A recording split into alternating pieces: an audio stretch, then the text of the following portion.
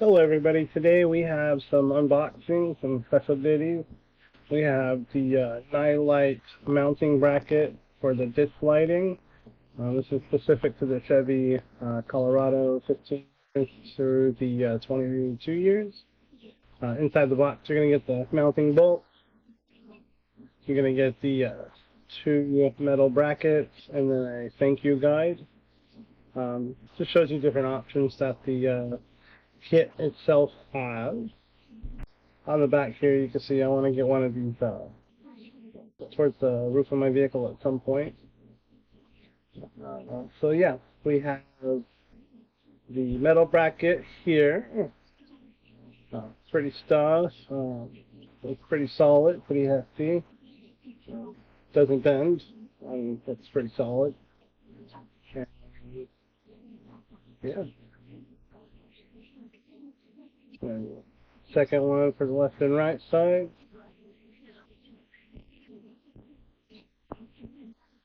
Doesn't scratch the surface or leave any smudges. Put it back in so I don't scratch anything just in case.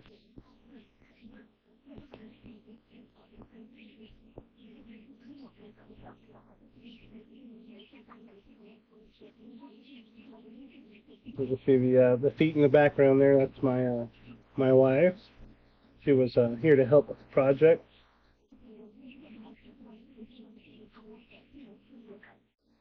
Alright, box number 2. These ones. So this is the actual light itself. This box should have 2 pod lamps that go on either side of the vehicle here, just above the hood. Again, you got that same quick start. Look at that. She came over to offer some assistance opening up the boxes. So, yeah, you got one of the pods here, and you can see it's a pretty simple design by Nightlight. It does have the rocker slide here, so it allows you to adjust it. Pretty solid construction. Yeah, you got your wiring here. The other pod, you got that protective film over the top there to keep it from scratching. Again, it's all aluminum casting. But that seemed pretty solid. I'll give some testing videos to show you how this looks. Yeah, sorry about that. I got a little windy there. And then we've got the underbolts and some more mounting brackets. And this is the wiring harness here. It's going to come with Easy Connect fuses. They're Easy Connect to go into a rocker switch, which I'll be replacing this one. I don't really like the glowing red that it will produce. You've got your fuses and you've got your capacitor. So this is the capacitor, and then the fuse is back here. It's pretty solid. Like, it took me a couple seconds to kind of wiggle this thingy out there. It's really weather tight. So it's a 15 amp fuse. So it's pretty solid. So yeah, I mean the wiring harness that goes into the rocker panel inside for the cab area. Let's go ahead and got extra fuses. You got 3 extra 15s and 1 10 amp fuse. I'll be looking with the 15s to make sure there's plenty of voltage there when the current pass through. And let's bag this back up so that way nothing scratched or dinged up before we get it on the truck. And so yeah, good stuff. I'm super stoked. I read some reviews, a lot of reviews actually, and for the price point, these pods are pretty solid. They had at the time a $28 sale, $23 sale. For the price, I just said, why not try it? And then here's the rocker panel I will be utilizing. It glows blue. It's going to match the interior lighting that I already have. It's just going to be easier. I think this is going to be a better fit. Plus, if you own a Colorado like I do, you're going to know there's a goofy panel that is pretty much useless that holds a credit card. And so basically I'm going to be covering that useless panel up with this rocker. It's pretty simple with the wiring harness once you detach it from the original rocker. You can click it in here to these little spots back here with an easy connect, which did not come with this set, but I had some extras lying around, so I was able to take care of that for you. Yeah. So let's go ahead. We moved right onto the hood. I did the first one without showing you guys because I just wanted to understand, make sure I did it correctly. And I apologize. I have fat little fingers, so just be mindful. This whole process is really simple. You're just going to be loosening it, and basically you're going to be sliding this bracket in between the support bar, between the support lift that you see me loosening right now and the hood itself. So there's going to be an unpainted section in the middle, which you can kind of see towards the top end here. It's unpainted, unfinished, and basically we want to make sure that this lines up as best as possible. It's going to be a little trickier to see it, which is why I did the first one, just to make sure I had a better option for the video, just so you guys can see exactly the process. And I want to be very clear on this. You do not want to loosen those bolts all the way. So here's the bracket. It's basically going to slide in with those clamps that you see there. It's not clamps, sorry, but they're like little sections with a screw and washer going to slide into. And just make sure you slide it in correctly because it only goes one direction and you don't want it to slide down because you will dent your hood up if you put it in the wrong way. So basically you'll see me slide it up, see that blue little slip. Pull it down slightly, lift the hood up. Again, this was pretty simple to do. As you see, this was no struggling right here. It was just making sure that it was in there, and I didn't want to loosen the bolts too loose because I didn't want to drop anything. As you see, it slid in pretty well. You'll see that it still needs a little bit more room, which you'll see me here loosen just a tiny bit more. But if you look at that top nut, that's about as far as you really want to go because you don't want to unalign the hood. That's one of the more important parts about this, because if that hood doesn't line up right, it won't latch right. And luckily I was able to do this in one take without any issues. But you want to make sure, like I'm pointing here, that bracket's in between the two black sections there. So yeah, then once you're there, you give it a tighten, make sure it's in there pretty solid. You're gonna Yeah, so it's pretty much smooth sailing from this part, which you want to make sure that everything's tightened as it can be.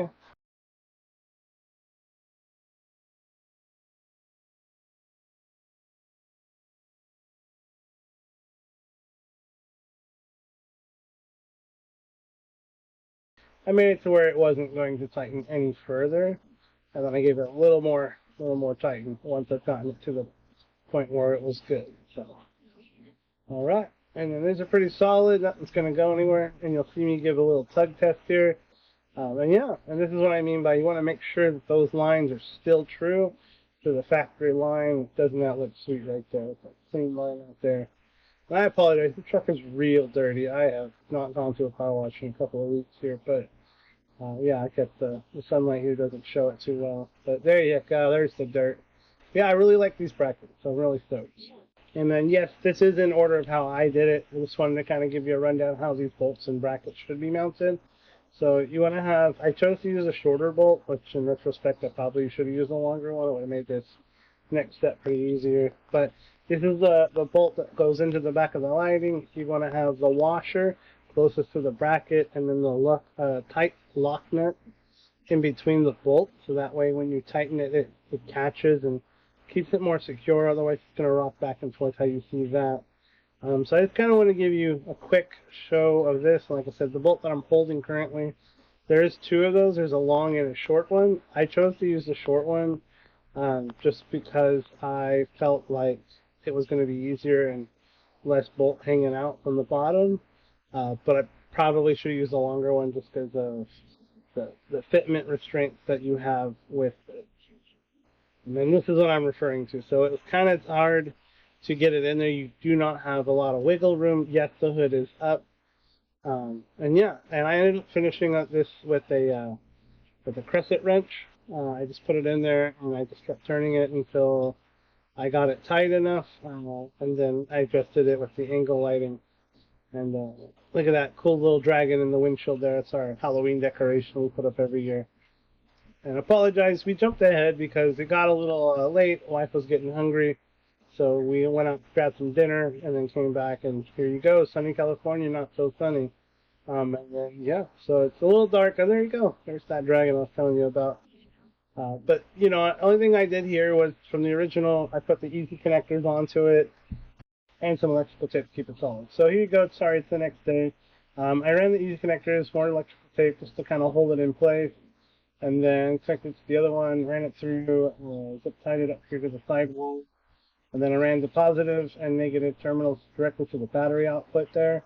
And then you've got the capacitor, which I have mounted towards the back, like there.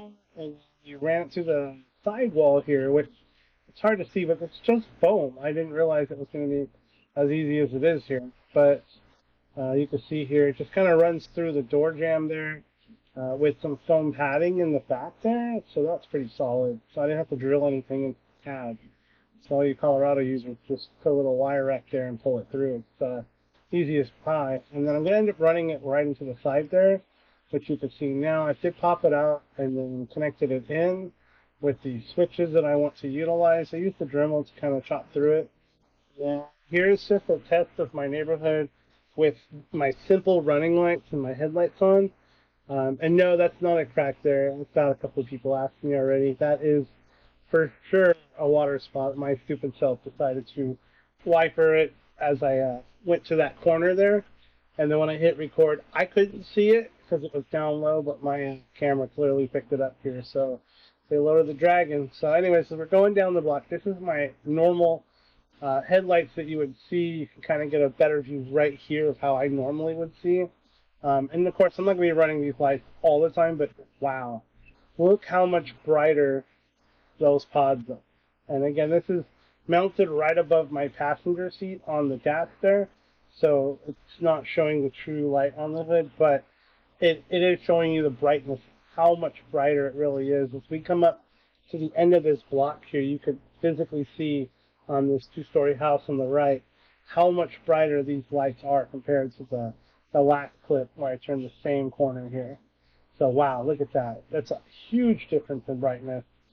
So we're going to give you a brightness test. Let's show you with just the pod lamp. No lights. And then we're going to go ahead running lights. Actual lights. High beams next. And then let's show you with the headlights and pod lamps. Wow, that is a significant difference. And I definitely recommend it for anybody. Even my camera was struggling there to hit that capture there. So that's pretty solid. So that's pretty much it for you guys. I really wanted to kind of showcase what they offer. Yes, they are inexpensive.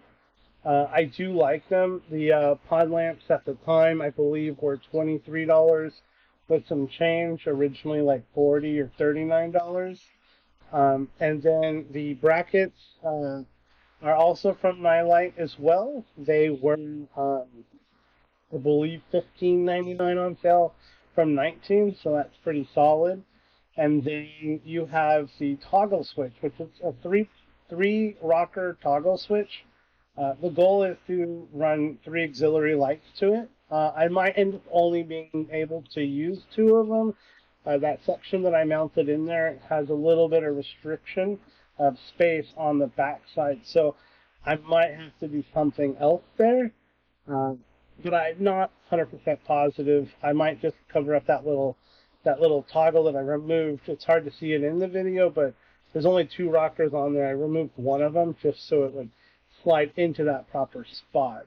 So other than that, if you have any questions, if you're planning on doing something similar to yours, don't be afraid to give me a message here on the channel. You can leave a comment. I don't have a huge following, so I will absolutely respond back if you had any questions. And yeah, I mean, honestly, I was able to do this by myself in about an hour and 40 minutes if I was uninterrupted. But with the lighting issue, with the time of day that we started it, I really should have started it earlier. The Dremel part, I definitely wish I recorded. It was actually a lot of fun chopping it down, and it really doesn't look bad. The panel covers every mistake that I made because of the way I measured it out. But yeah, I really think this is a project anybody can do. And again, as I said in the first video, it's all about doing what you want and being able to save up and get things that you're wanting to do. And that's what this channel is about. So I really hope you like this video. Like and subscribe. We really appreciate it here. And yeah, have a great one. Thank you.